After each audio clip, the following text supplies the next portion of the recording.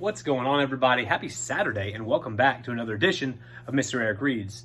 Tonight, we're actually going to read the sequel, which, as you guys remember, is the second story involving the same characters from a book that we read a long time ago.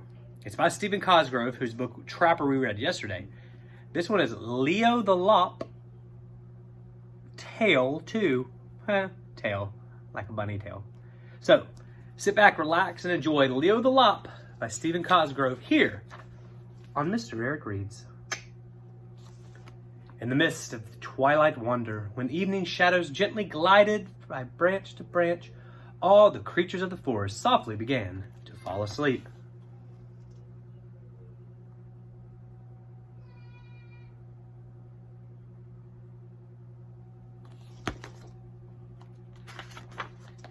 Squirrels dozed, warmly wrapped in their soft, furry tails. Fawns, exhausted after frolicking in the meadows, slept contentedly, nestled near their parents. Birds of all feathers nodded gently on the branches of the trees, eyes blinking, hoping to dream of a beautiful flight.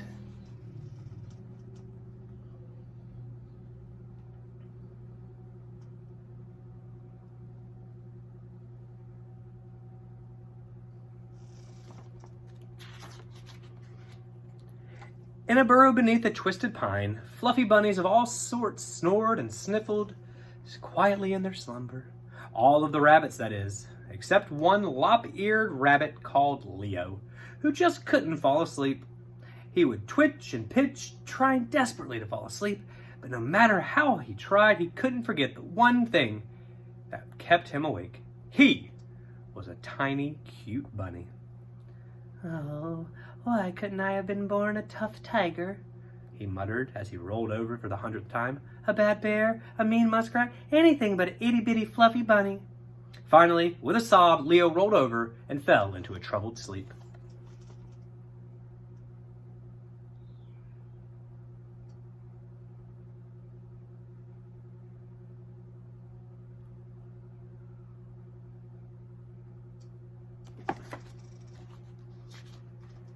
It seemed to Leo that he had been dreaming for just a moment when, like the crash of a cymbal, the sun brought up a new day.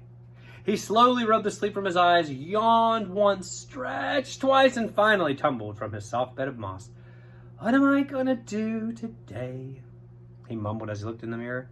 I don't want to be cute anymore. I want to be rough and rugged and brave."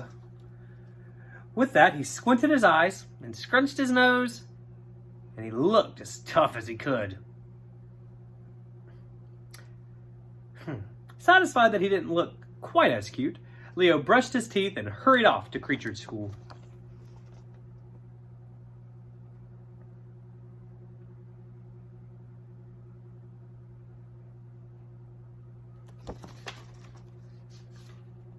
Leo ran just as fast as his little legs would carry him through the twisted trail until he reached the clearing in the wood that served as the classroom. As usual, he was just a little bit late. As he hurried to sit down, the squirrels giggled and the little birds twittered, and all the creatures smiled because Leo was still trying to look rough and tough and mean. All the creatures were laughing, except the old gray owl who sat on a branch at the head of the class.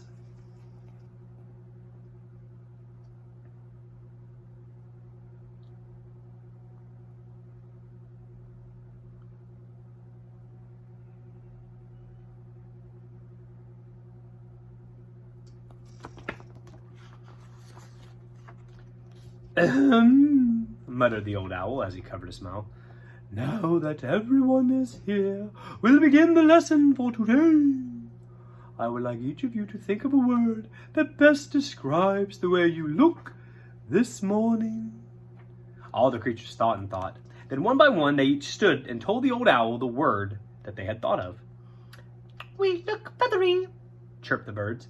"I look brawny," rumbled the bear, and on they went describing how they looked in a single word, and they finally came to Leo. Leo took a deep breath, looked carefully about him, then blurted out quickly, "I look brave! I look brave!"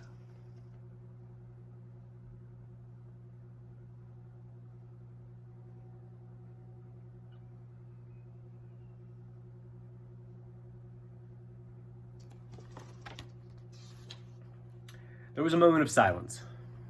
Then the forest glade rang with laughter. Even the owl couldn't hide a smile. I don't see anything funny about me being brave, cried a very hurt and angry Leo. Oh, well, Leo, perhaps fluffy or cute would have been better to describe how you look. The old owl chuckled. Leo wiped a furry tear as he shouted, I don't want to be little or fluffy anymore. I want to be tough and rugged. Once again, all the creatures broke into fits of laughter. Leo stood for just a moment, tears streaming from his eyes, and then he rushed into the forest.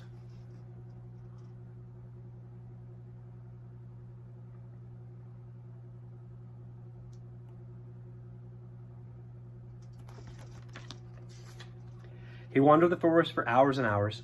What do I have to do? He asked himself. Maybe if I shaved off all my fur or lifted weights or something. Leo gazed into the calm waters of the stream and made ugly, tough faces. But even those couldn't make him forget those words, cute and fluffy. So he kept wandering farther and farther into the forest.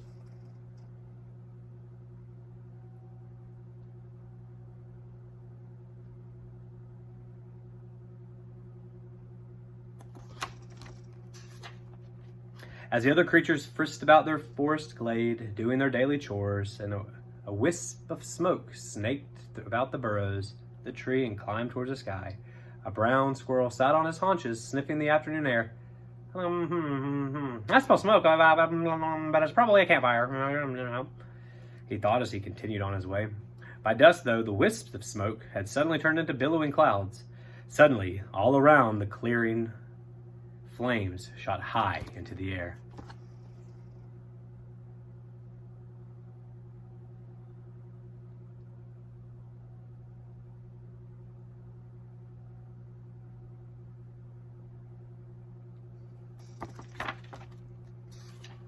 All the creatures began running about, packing up their nests, dashing here and there in the absolute pandemonium. Fire! Fire! They shouted. The old gray owl fluttered to the ground in the center of the glade and shouted, Now everyone, just slow down and don't panic. The animals gathered around the owl as he continued. We must be as calm as possible or someone will get hurt. Now, is everyone here? They looked around and then someone shouted, Yes, it looks like we're all here. All of us, that is, except the little rabbit Leo. The owl thought for a moment and then said, We'll just have to hope he's outside the fire area. Now we must leave and move to safety. They all looked about the clearing, but the smoke was so thick that no one could see which way to go.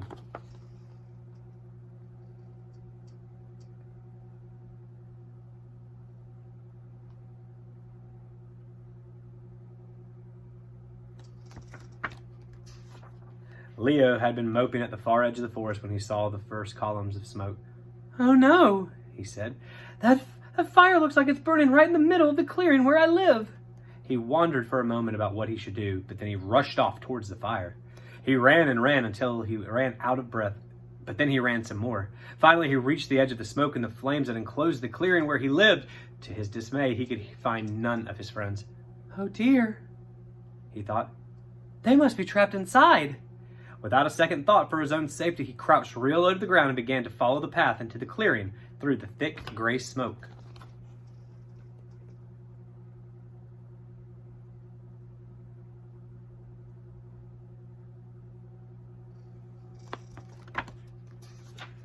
Leo finally reached the center of the clearing where all the creatures were searching for a way out of the inferno. Quickly! Shouted Leo. Everyone, hold hands and follow me! Leo looked so sure of himself and so unafraid that everyone followed him without question, and they were led carefully through the heavy smoke towards safety.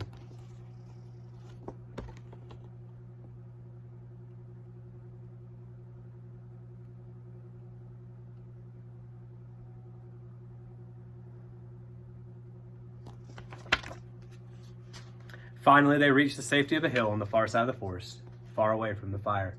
All the animals gathered around Leo, cheering and shouting. Well, said the owl, I certainly was wrong about you and your chosen word. For today, you certainly are brave. No, said Leo, blushing deeply. If it had not been the fact that I was small, I would have never been able to get low enough to the ground to see the trail to the clearing. I guess being cute and furry doesn't mean you can't be brave. With that, the other animals cheered Leo the Brave and Leo the Lion-Hearted and continued their cheering far into the night.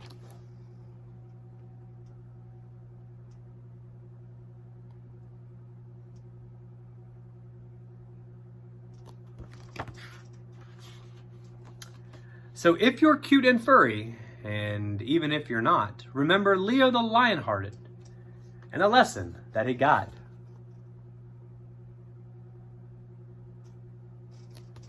The end. Leo the Lop, Tale 2 by Stephen Cosgrove here on Mr. Eric Reads. Just because you look one way doesn't mean you can't be brave. That's what Leo taught us. Hope you guys are staying safe. Please continue to wash your hands. And please continue to practice kindness in everything that you do today, tomorrow, and every day. Look forward to seeing you guys again, hopefully sooner rather than later. Take care.